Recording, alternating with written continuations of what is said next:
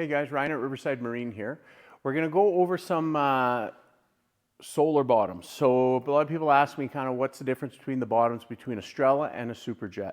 So we'll go over the bottoms again. I did a video a couple of years ago regarding this, but both of them are going to come with that 1mm TPU down the bottom. So they'll both be armor guarded protected on the Expedition package. But here's the main difference. A Superjet has a lower profile keel, and we'll go into the Strela here in a second, but the Superjet has a lower profile keel, and the main differences are these two channels that run the full length of the bottom, forcing water into the pump. So that's where you get that really shallow draft in it, 2 inches, approximately 2 to 3 inches of water you can go through. So if you look down at your foot, the water flowing over your foot is about 2 inches. So it's a very shallow run up on step. So that's the main difference. And then it's got two little lifting pads at the back corners. So right where the tube meets the bottom, they put these pads in here. And what it does is it lifts the ass end of the boat up, getting the jet motor up a little bit higher. Then over here to the Strela has a little bit more pronounced keel. And you can see it's got more of a bulb here as it goes into the front of the keel. And it's a little bit more bulbous. So what that's going to do is it's going to bust the waves. It's going to handle better. It's not going to skate around corners like a Superjet. It's going to grab the water and hold the water, and it's going to run down these corners right between the floor and the tubes, and you'll almost grip it like a wedge. And then down the middle of the boat, they just have a standard flatter bottom and progression into the keel. So still the tunnels are very, very similar, but the main difference is leading up to the tunnels. And then they don't have these lifting pads at the back corners. So it's just a standard groove, just like a typical inflatable. And as they come to the back here, that's where you're getting your handling strength, so it doesn't slide around the corners.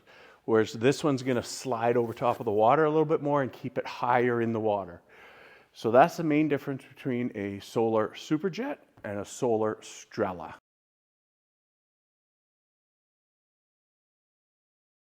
We're going to talk about the two different transoms between a Strela and a Superjet. So the Strela has a typical 15-inch transom, and you kind of see it dip down. So basically from the top of this transom to the top of the tunnel is 15 inches. Then what they do is they give you this block. And this block enables you to lift the motor up to where you need it to be. Generally, a short shaft motor with a jet pump is 20 inches. You rest this right on top of the drain plug at the back here. And typically from here to the top of the tunnel is now 20 inches. And what you'll do is once you actually cradle your motor onto the back here, you'll size it up so it's the leading edge of the foot is pretty much flush with the top of the tunnel. So then really all that's sticking below is just the heel of the motor. And we'll also talk about the transom braces here. So each Expedition package is going to come with these rear mounted transom braces. Then typically I tell guys if they're running a 60-40 or something that's going to be 220, 230 pounds or heavier, you'll want to run inside and outside transom braces, which is this guy right here. So the inside transom braces just give it that extra support for the leverage on that transom. So if you're running a heavier motor, you'll want to go with the inside and outside. If you're running maybe a 40-30, no, you can get away with just the outside transom braces.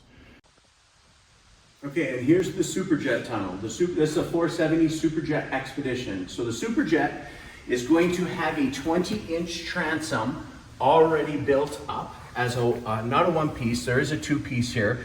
So they still have that 15-inch cut as well, and then they have the 20-inch rise in it. So pretty much from here to the top side of the tunnel is going to be about 20 inches. And again, very similar to setting the Strela. This is already mounted, so really what you'll need to do is hold your motor up to it, find out where that leading edge is going to come flush with the top of the tunnel here, mark your holes, and then that's where you're going to drill it. If you have the thumb screws on your motor, it's quite simple. A lot of people will just use a wedge. Even out in the boat, you grab a stick, you do a hockey stick, you can just kind of shim it up in any way that you can, and then get that leading edge of the foot to the top of the tunnel. And you might have to fine tune it. Not always is a boat gonna run perfect from one to another. So You have to try a setting and then try it down another place and then get it perfectly set up for your style, your motor, where you have your weight in the boat itself. So there's no rhyme or reason exactly where a motor is going to go, but you'll just have to try a few different things. So if you're looking for your solar needs, come into Riverside Marine and see myself, Ryan, or Ireland, and click like and subscribe on our YouTube channel.